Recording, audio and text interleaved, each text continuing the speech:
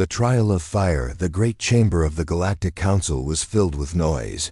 Thousands of alien voices speaking in anger, fear, and excitement. Bright lights shone down from the ceiling, reflecting off polished stone walls covered in the symbols of hundreds of species. At the center of the room stood a tall human man in chains, his hands bound in front of him, his clothes torn from days of captivity. This was Ambassador James Halley, Earth's chosen representative, the man sent to speak for humanity in a time of crisis. But today, there would be no speaking. The council guards, tall reptilian soldiers with black armor, pushed him forward toward a tall metal pillar in the middle of the chamber. The floor was marked with an ancient burn scar, proof that this place had been used for executions many times before. Every alien in the room knew what would happen next. Human James Hall. A deep voice boomed from above. The speaker was High Chancellor Varel, the insect-like leader of the council, his voice buzzing with venom. You have been found guilty of crimes against the galaxy, crimes that cannot be forgiven. His many eyes glared down as he continued. You will be given the death of fire, the most honorable punishment for an enemy. Halley lifted his head, meeting Varel's gaze without fear. I came here to make peace, he said, his voice echoing in the chamber. I came here to stop a war. And you? A guard slammed the end of his spear into Hale's stomach, cutting him off. The crowd hissed and jeered, their voices blending into a terrible roar. The guards chained Halley to the pillar, locking the metal cuffs around his wrists and ankles. At the edge of the platform, a group of aliens held long torches, the flames bright and hungry. The Chancellor raised one clawed hand, and the entire chamber fell silent. This execution will be broadcast across all star systems, Varel announced. Let all see the fate of those who dare challenge the council. Somewhere high above, floating cameras turned toward Halley, capturing every detail of his face. Millions, maybe billions of beings across the galaxy were watching this moment. Hale's breathing slowed, his mind focusing on one thing. Tiny device hidden inside the collar of his shirt. He knew he had only seconds before the fire began. Any last words? The Chancellor asked, his voice full of mockery. Halley looked directly at the nearest camera. Tell Earth. He began, his voice steady. They started this. It sounded like a simple message, but for Earth's military, it was something else entirely. It was the code they had been waiting for. Without waiting for a reply, Varel dropped his claw. The torchbearers stepped forward, their flames touching the base of the pillar. The fire caught instantly, heat and smoke filling the air. Halley stood tall, refusing to scream. Even as the flames climbed higher around him, the crowd leaned forward, watching every moment. Some aliens cheered, others stared in silence, and a few turned away, unable to watch. The smell of burning cloth and skin filled the chamber. Hale's eyes never left the camera, even as the fire wrapped around him like a living thing. Somewhere deep in space, far from this chamber, human listening posts were capturing the broadcast. In a secure military bunker under Earth's Rocky Mountains, a communications officer froze as Hale's last words came through. He replayed them twice, then rushed to deliver the message to his commanding officer. The officer's face went pale, and then his jaw tightened. He knew exactly what the code meant in the chamber. The fire finally consumed Halley, his body falling silent, but his words already racing through human channels. The Chancellor turned to the council with a satisfied expression. Let this be a lesson, he declared. The humans are nothing before our will. The chamber erupted in applause and cheers. But far away, in the shadows of space, humanity had already begun to move. Hale's death was not the end, it was the spark. And the galaxy had no idea what was coming next. The last transmission, far beneath the Rocky Mountains, hidden from all eyes, lay the most secure human military command center on Earth. Thick steel walls lined with blinking consoles surrounded rows of communication officers, each wearing headsets, listening to countless channels from across the galaxy. The air smelled faintly of coffee and tension. The kind that came from knowing every second could bring news of war. In one corner of the room, Lieutenant Marcus Lane sat at his station, scanning for diplomatic updates. It was supposed to be the quiet day, another routine shift of listening to meaningless chatter. But then his earpiece crackled, a distorted voice breaking through the static. "Tell Earth." "They started this." Marcus froze. His eyes darted to the signal monitor. The voice was unmistakable. It was Ambassador James Hawley, and the timestamp matched the live Galactic Council broadcast. Marcus replayed the clip twice, his fingers trembling. He knew that sentence was not random. It was the prearranged Omega trigger. He ripped the headset off and ran across the command floor to the glass-walled office at the far end. Inside, Admiral Jonathan Reeves stood hunched over a holographic display of the galaxy. Marcus burst through the door without knocking. "Sir, we just got the trigger." From Hawley, Reeves looked up slowly, his sharp blue eyes locking onto Marcus. "Play it," he said, his voice calm but heavy. The room went silent as the words echoed. "Tell Earth." "They started this." Reeves didn't blink. He took a deep breath and then spoke the words every human soldier had been trained to fear and respect. "Activate Omega Protocol." The command center erupted into movement. Officers ran to their stations, sending encrypted signals to every human fleet. From the dark edges of known space, from hidden bases in asteroid belts, from colonies no alien knew existed, human warships began receiving the order. A single red line of text appeared on every captain's screen. "Prepare for full strategic retaliation." Meanwhile, across the galaxy, the alien media was celebrating Hale's execution. On the Council's news channels, anchor creatures praised their leaders for removing a dangerous human threat. Citizens of the Council worlds were told that Earth was finished, that no human military could stand against the combined might of the galaxy. They didn't know humanity's true history. They didn't understand that humans came from a death world, forged by constant struggle and survival in the human fleet's largest hidden dock. The HSS Vengeance powered up for the first time in decades. Her black hull drank in the light, angular and predatory. Thousands of crew members moved with silent efficiency, strapping into their stations, checking weapon systems, and preparing for warp. There was no cheering, no speeches. They all knew the mission: strike back hard enough that the galaxy would never dare touch a human again. In his private quarters aboard the flagship, Admiral Reeves opened a small metal box from his desk. Inside was a single item, James Hale's old Earth Navy badge, a gift from the days before Hawley became a diplomat. Reeves ran a thumb over the metal. "They thought killing you would scare us, James," he whispered. "Instead, they just gave me permission to unleash everything." Back in the command center under the Rockies, Marcus watched the fleet activation. Map, one by one, red icons lit up across the galaxy, each representing a human warship moving into position. It was like watching a predator stretch in the dark before striking. 2 hours later, Reeves stood before the central holographic display. "All fleets in position within 72 hours, reported a young officer. Reeves nodded. "Maintain radio silence until my command." "Sir," Marcus asked cautiously, "should we warn the Council?" Reeves turned to him, his voice like steel. "No warnings, no threats, no diplomacy. They wanted fire. Now they'll see what it feels like." At the same time, deep in alien-controlled space, the first human recon ships slipped into Council territory. They were invisible to scanners, ghost ships gliding through the void, mapping defense grids and identifying prime targets. One recon captain sent back a simple 2-word message: "We're ready," far from suspecting the storm about to fall on them. The Galactic Council was already planning their next move against Earth. They believed the humans would send apologies, maybe even surrender territory to avoid war. In the Council chamber, Chancellor Varel laughed as he signed an order to seize human trade routes. His aides clapped their claws in approval. None of them noticed that somewhere beyond their sensors, something massive was moving closer in the human military's war.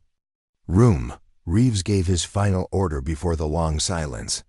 When we arrive, I want them to see us before they hear us.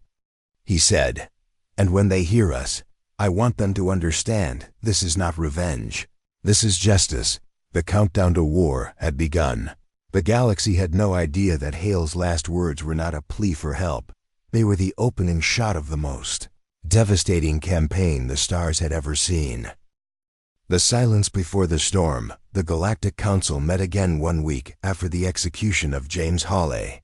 Their vast chamber gleamed under white lights. Rows of alien leaders sitting on high platforms, speaking in dozens of languages for the first time in years. The atmosphere was almost relaxed. Chancellor Varel leaned back in his seat, the sharp edges of his mandibles clicking together in satisfaction. The humans have remained silent, he said, his voice echoing. It is exactly as I predicted. They fear us. Around him, several council members nodded. The ambassador from the Rinner Confederacy let out a hiss of approval. Their ships have not moved. Their colonies remain still. No transmissions. No demands, he said. Perhaps they are wiser than we thought. Another alien leader chuckled. No one survives defying the council. But in a shadowed corner of the chamber, a representative from the USAF Alliance spoke quietly. I have studied human history, she said, her voice thin and uneasy. They do not surrender so easily. Varel waved a dismissive claw. You overestimate them, Counselor. They are primitives in steel shells. Her eyes narrowed, but she said no more. Outside the chamber, life in the capital world seemed normal. Markets bustled. Airships drifted lazily above the streets, and news channels continued to praise the Council's victory over the human threat. Yet in certain military offices, a different feeling crept in, a faint unease they could not explain. Scouts sent to human space had returned with no sightings of warships. But that was the problem. Human warships had simply vanished. Far away, in a silent region between star systems, the HFY Vengeance and her sister ships floated in absolute darkness. Their lights were off, their reactors running cold to avoid detection. Inside the command deck, Admiral Reeves stood at the viewing window, staring at the distant faint glow of the Council's capital star. Around him, officers worked in hushed tones. No one dared break the quiet. Every sound felt too loud. Fleet status? Reeves asked softly. All units in formation, sir, replied Captain Amani. Stealth fields holding. Enemy sensors still blind. Reeves gave a slow nod, his face unreadable. For 7 days they had been here, waiting, gathering every fleet in range for one coordinated strike. Meanwhile, back in the Council's territory, a patrol ship reported a strange gravity fluctuation at the edge of their system. The captain dismissed it as sensor error. No one suspected it was caused by human dreadnoughts shifting position in the dark. In the human war fleet's medical bay, soldiers prepared for battle without a single word about fear. They checked armor seals, loaded weapons, and shared silent nods. Some wrote short messages to family members, knowing they might never see them again. In the mess hall, the sound of metal trays clinking was the loudest noise.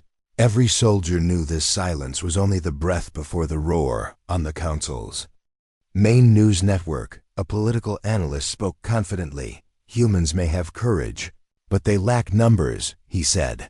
They cannot win against the United Species. His co-host laughed. If they were going to fight, they would have done so by now.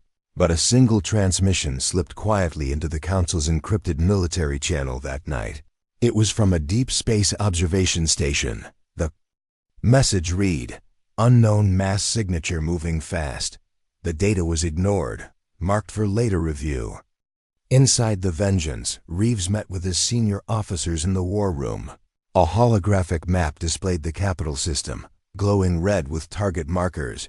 Our arrival must be coordinated to the second. Reeves said, we hit their orbital defense first, then their fleet yards, then the Council chamber itself. One officer hesitated. Sir, what about civilian casualties? Reeves's voice was calm, but his eyes were like ice.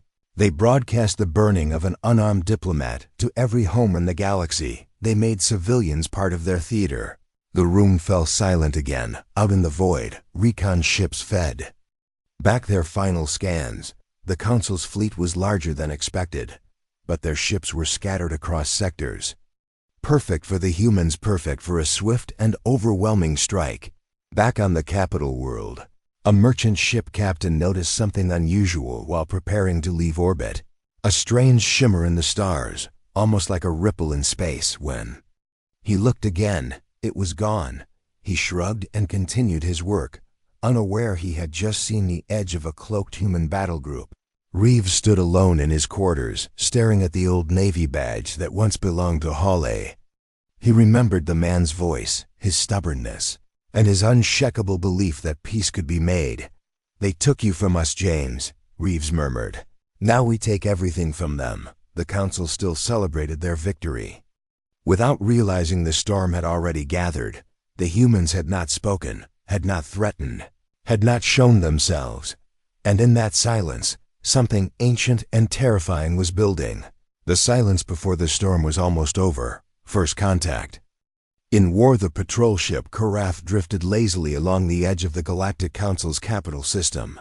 It was a standard night shift, quiet, uneventful, the kind where the crew spent more time complaining about boredom than doing their jobs. Captain Relvar, a scaled reptilian officer, sat in his command chair sipping from a steaming cup of Tarut tea. The stars outside glimmered softly. Nothing out of the ordinary. "Captain," a junior sensor officer called, his voice uncertain. "I'm picking up." "A mass reading," Relvar frowned. "What kind of mass?" The officer adjusted his console, his frills flattening in confusion. "It's too big for a ship, but it's moving." Before Relvar could reply, the reading vanished. "Probably a sensor glitch," he muttered. "Run diagnostics." But then, without warning, the stars ahead warped. Space itself seemed to bend. Something huge was forcing its way into real space. A shadow emerged, blacker than the void around it. The HSS Vengeance materialized in absolute silence, her angular hull swallowing the starlight. Her size dwarfed the Carath, making the patrol ship look like a toy drifting next to a predator. The Vengeance carried no visible insignia, only the faint red glow of her running lights cutting through the dark. Relvar's crew panicked. Voices overlapping. "Unknown vessel. It's blocking our escape vector. They just appeared out of nowhere." Relvar's hand shook. "Hail them. Demand identification." But no message came. The human dreadnought simply rotated, lining its forward weapons directly at the Carath. Relvar barely had time to shout "shields" before a single shot erupted from the Vengeance's main railgun. It wasn't a beam. It was a slug of solid metal moving at near light speed. The impact tore through the patrol ship's shields as if they were mist. The Carath exploded instantly, fragments scattering into the void on the Vengeance's bridge. Admiral Reeves watched the destruction with cold eyes. "Signal the fleet," he said. "Initiate Phase 1, across the edge of the capital system." Dozens of human warships uncloaked in perfect unison. Destroyers, cruisers, carriers, and more dreadnoughts appeared where moments ago there had been only empty space. They moved like a school of predators, precise and silent. The alien defense grid lit up with alarms, hundreds of red markers flashing across their tactical maps. In the capital city, the first warning came as a strange, low vibration underfoot. Citizens looked up at the skies just in time to see the shimmering blue of the planetary shield flare and distort. Then came the thunder. Human heavy weapons pounded the shield barrier, each strike sending ripples of light across the sky. The ground trembled with every hit. The Council's military scrambled, launching fighters from orbital stations. Sleek alien interceptors roared toward the human fleet. But the humans were ready.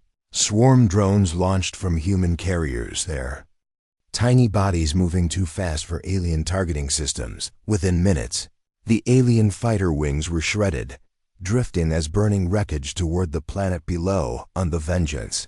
Reeves received a live feed from one of the assault carriers. Human Marines were boarding a massive orbital defense station. Helmet cams showed narrow corridors lit by red emergency lights. Marines moved quickly, clearing each room with brutal efficiency. Alien defenders fell one by one, their weapons useless against human-powered armor, back in the council chamber. Chaos erupted as news poured in. Multiple fleets incoming. Shields under heavy fire. Our orbital yards. They're gone. Chancellor Varel slammed his claws against the table. Tell them to fight to the last. But deep down, even he felt the cold edge of fear. The humans didn't stop with the orbital stations. Their fleet pushed deeper, smashing through shipyards and missile platforms. Council battleships tried to form a defensive line, but the humans cut through them like knives. Every shot was precise. Every movement coordinated. This wasn't revenge done in rage. It was war executed like a calculated equation. Reeves finally gave his next order. Phase 2 ground infiltration. Drop ships broke from the carriers, diving through the atmosphere like falling stars.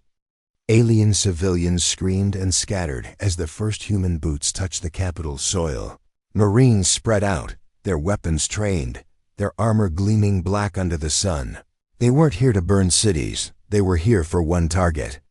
The council chamber. By now, the sky above the capital world was a battlefield. Human warships hovered like dark mountains, blocking out the sun. Alien defense guns kept firing, but every volley was met with human counterstrikes that shattered the ground beneath them. Inside the chamber, Varel's aides begged him to flee. Our fleets are falling. We must retreat. But Varel's pride wouldn't let him run. They wouldn't dare set foot in here, he hissed. This is the heart of the galaxy. He was wrong, because at that very moment, human Marines were only minutes away. The war had reached the Council's doorstep, and the burning of James Hawley was about to be repaid in full. The day the sky burned, the people of the Galactic Council's capital had never seen a sky like this. It was no longer blue, no longer calm.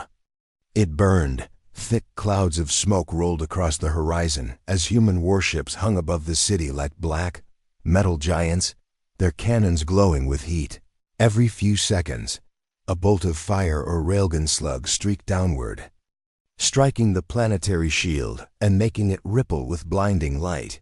On the streets below, panic ruled. Civilians ran through the plazas, clutching their children, dragging what little they could carry. Shuttle ports overflowed with desperate crowds trying to escape, but the air above was full of falling debris, broken alien fighters, shattered defense drones, burning fragments of the once proud orbital fleet.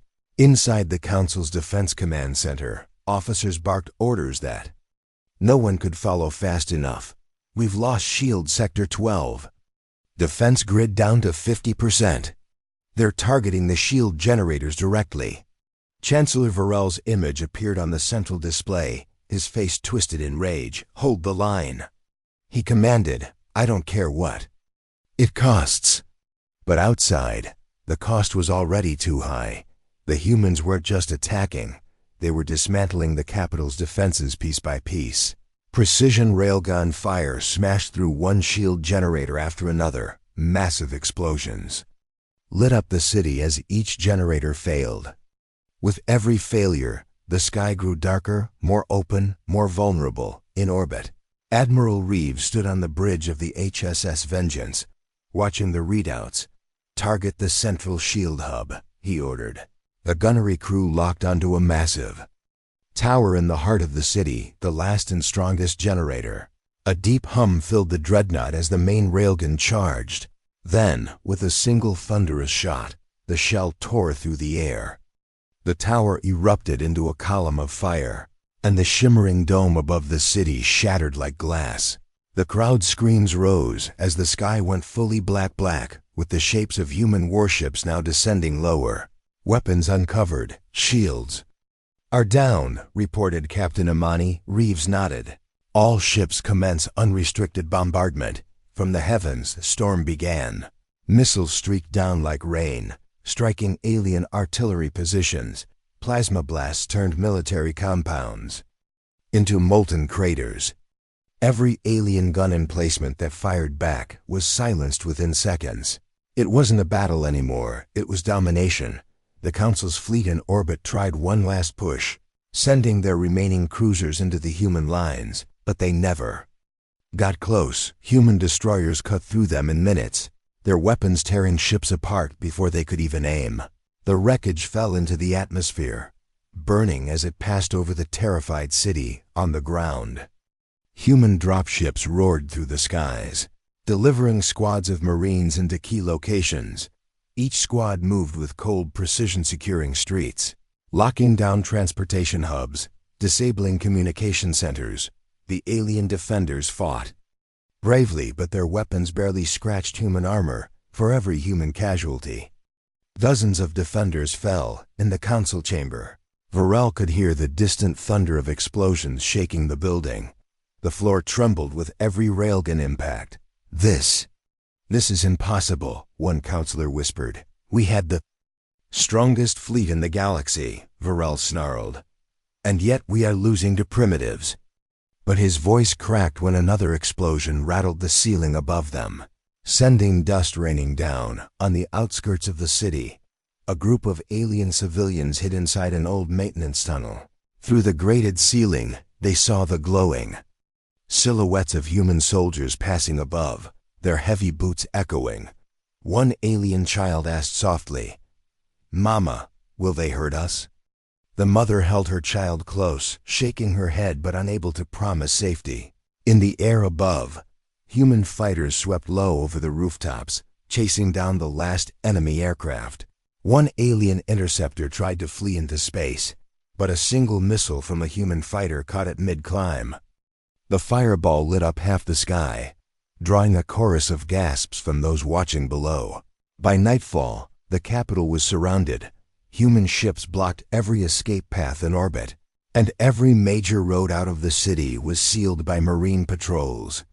Fires burned in every district, their smoke rising into the night like black pillars. The only lights left were the search beams of human aircraft scanning for remaining resistance. From the balcony of the Vengeance, Reeves looked down at the burning world.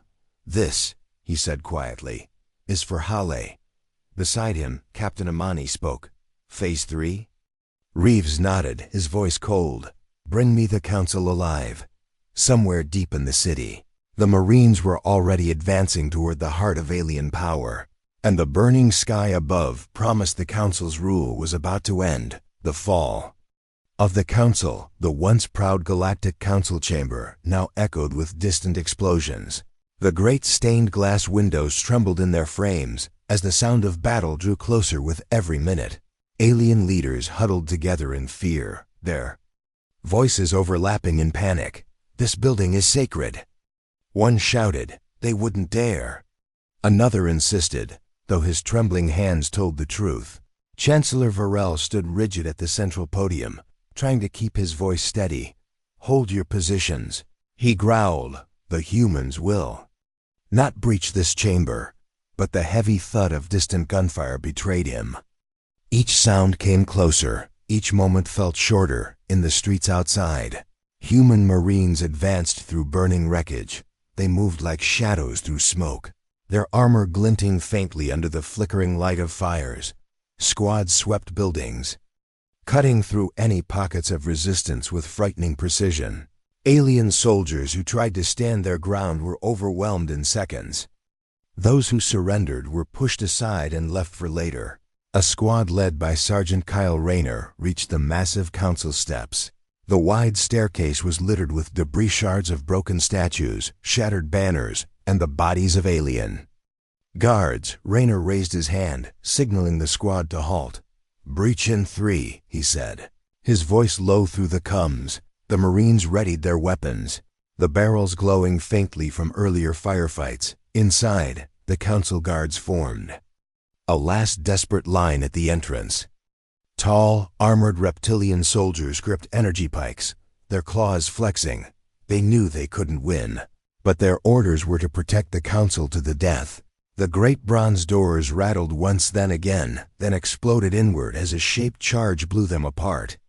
Smoke and dust filled the air as human Marines poured in. The guards roared and charged, but the Marines moved like a machine. Energy bolts from alien weapons splashed harmlessly against reinforced human armor. The Marines fired in short, controlled bursts, dropping guard after guard until none were left standing. Varel's mandibles clicked furiously as the first human soldier stepped into the chamber. Behind the visor of his helmet, Raynor scanned the room, his weapon aimed steadily. All council members on your knees. He barked, his voice amplified by the cum. Some obeyed instantly, their courage gone. Others shouted insults. But when a Marine's rifle swung their way, they knelt too. Varel stepped forward, his pride holding him upright. I am the Chancellor of the Galaxy. He spat. You have no authority here. Raynor took one slow step toward him. Wrong, he said. We have all the authority we need. From the main entrance, a ripple of movement passed through the Marines. Admiral Reeves himself walked in, flanked by two heavily armed guards. His eyes swept the room, cold and sharp. In his hand, he carried something small, Hale's scorched diplomatic badge. He walked right up to Varel, holding the badge inches from the alien's face. This man came here in peace, Reeves said, his voice like iron. You burned him alive. Varel's mandibles twitched. But he said nothing. Reeves didn't. Wait for an answer. He turned to his men. Take them all alive.